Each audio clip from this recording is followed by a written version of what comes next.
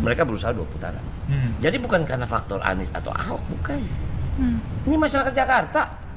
Sekarang saya minta maaf, 3 putaran pun yakin saya tetap menang. Siapin aja logistik yang gede. Jujur loh, aku kenal Anies tapi nggak tahu. Tahu Anies nggak kenal. Jam saya bicara sama Mas Anies waktu Mas Anies ke DPP. 2 jam saya disuruh dampingi. Jujur sebetulnya bukan tugas saya mendampingi. Iya. Ya kan, tiba-tiba pada waktu mau hari itu yang lain kan pada sibuk. Noh, kamu tolong dampingin Bang Anies dulu. Hah? Ada Bang Anies?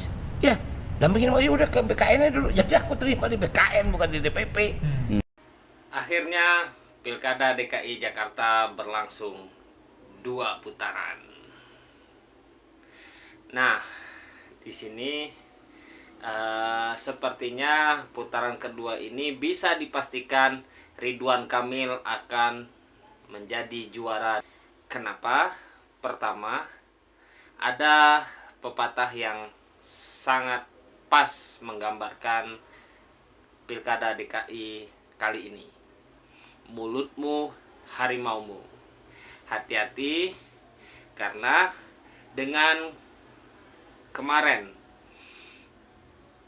Bang Dul merasa sudah memenangkan putaran Pilkada DKI dengan 1 putaran. Secara tidak langsung dia membuka siapa Bang Dul sebenarnya. Kita simak videonya. Mereka berusaha 2 putaran. Jadi bukan karena faktor Anies atau Ahok, bukan. Ini masyarakat Jakarta. Sekarang saya minta maaf, 3 putaran pun yakin saya tetap menang. Siapin aja logistik yang gede. Bukan masyarakat Jakarta. Capek masyarakat Jakarta ini. Tuh, di video ini kita jadi tahu ya seperti apa sosok calon wakil gubernur yang diusung oleh PDI. Pertama arogan, yang kedua sombong, yang ketiga firm. Dia tidak ragu-ragu lagi menjelek-jelekkan lawan politik maupun kawan politik. Apalagi kalau teman-teman terutamanya anak abah menyaksikan video lanjutannya yang membuka tabir ketika Anies Baswedan kenapa tidak jadi diusung oleh PDI. Ternyata Rano Karno tidak kenal dengan Anies Baswedan. Ngeri nggak tuh? Kita simak videonya. Ya, tapi Bang, lu kan nggak bisa menafikan juga ya bahwa ada peran dari Ahok, Betul. Anies. Betul. Yang ini sebenarnya 2 kutub yang berbeda. Iya. Kalau Ahok aku yakin dia pasti dukung aku, kan serumah. Iya dong. Kalau Anies aku nggak tahu, kok punya keyakinan dia bakal bantu gua. Jujur loh, aku kenal Anies tapi nggak tahu. Tahu Anies nggak kenal. Iya, siapa nggak tahu Anies? Kenalnya pada waktu pernah ketemu waktu DPR, waktu masalah revitalisasi tim. Aku pernah ketemu beliau. Ya aku pernah, bukan protes lah, karena waktu itu masalah seniman agak protes. Revitalisasi tim tidak melibatkan mereka. Saya bilang sama Bang Anies, Bang, dulu ini tim dibikinnya oleh zaman Bang Ali, penyerahan pengelolaan diserahkan oleh Dewan Kesenian Jakarta. Nah sekarang ini kan dipegang oleh Jakpro, nggak ketemu Bang. Bayangin sekarang teman-teman seniman mau pameran lukisan aja mau naruh paku 5 juta. Kita mau jual lukisan berapa? Mak Ratarian no 4 hari Mbak main panggung sewa 250 juta. Penontonnya kita kan menaikin tiket, ya penonton cuma 20-30 orang. Nggak ketemu gitu loh. Maka saya bilang, waduh ini kalau memang insya Allah saya balik atau nggak bisa kayak gini. Karena tim itu harus melahirkan sebuah kalender kegiatan. Jakpro tidak melakukan itu, yang penting lo mau nyewa ruangan sekian.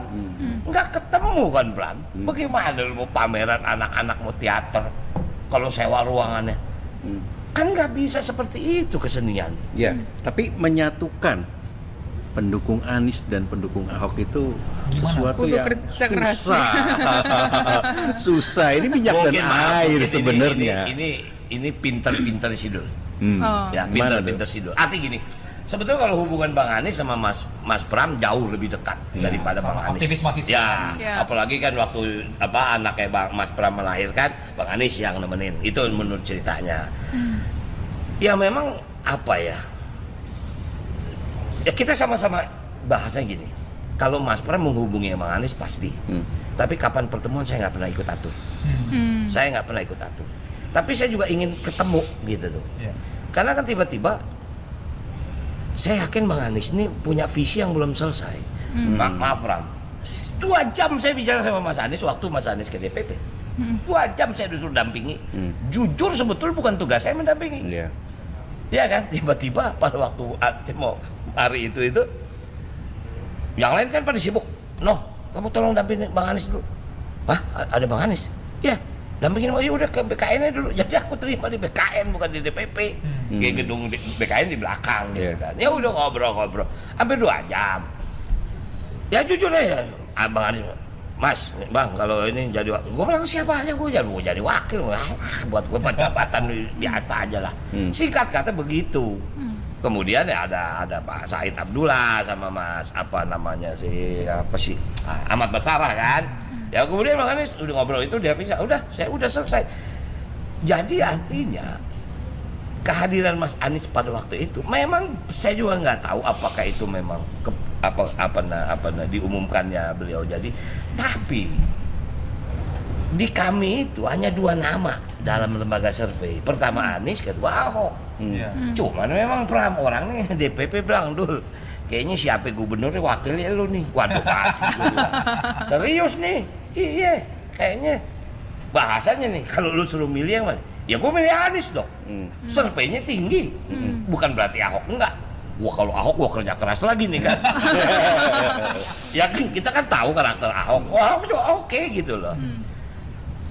Tiba-tiba kok nggak diumumin tuh malah Pramono, itu aku bingung.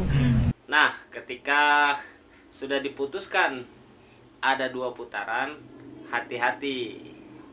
Kemungkinan Jakarta bukan lagi menjadi kandang banteng, kembali ke pangkuan burung Garuda. Ridwan Kamil dan Siswono, calon gubernur dan wakil gubernur yang diusung oleh partai Kim Plus dan di-endorse oleh Pak Jokowi dan Prabowo, sangat besar kemungkinan memenangkan pertarungan pilkada di putaran kedua. Apalagi kalau teman-teman Kim Plus ini bisa memanfaatkan momen dan menjadikan calon-calon gubernur yang mereka usung, baik itu di Banten, Jawa Barat, Jawa Tengah, dan Jawa Timur, ini menjadi juru kampanye untuk kemenangan Ridwan Kamil di ibu kota. Akan semakin menarik tuh. Karena sebagaimana kita ketahui bahwa mayoritas warga DKI Jakarta itu suku yang paling banyak pertama yaitu suku Jawa. Ketika Jawa Tengah dan Jawa Timur menjadi juru kampanye, maka besar kemungkinan warga yang berasal dari Jawa Tengah dan Jawa Timur akan sedikit banyak mengikuti arahan dari tokoh gubernur di mana daerah mereka berasal. Begitupun suku yang terbanyak kedua yakni suku Sunda. Apabila KDM Bapak Aing menjadi juru kampanye di pemenangan Ridwan Kamil dan Siswono, maka Jakarta tidak jadi menyalah. Bravo Kang Emil.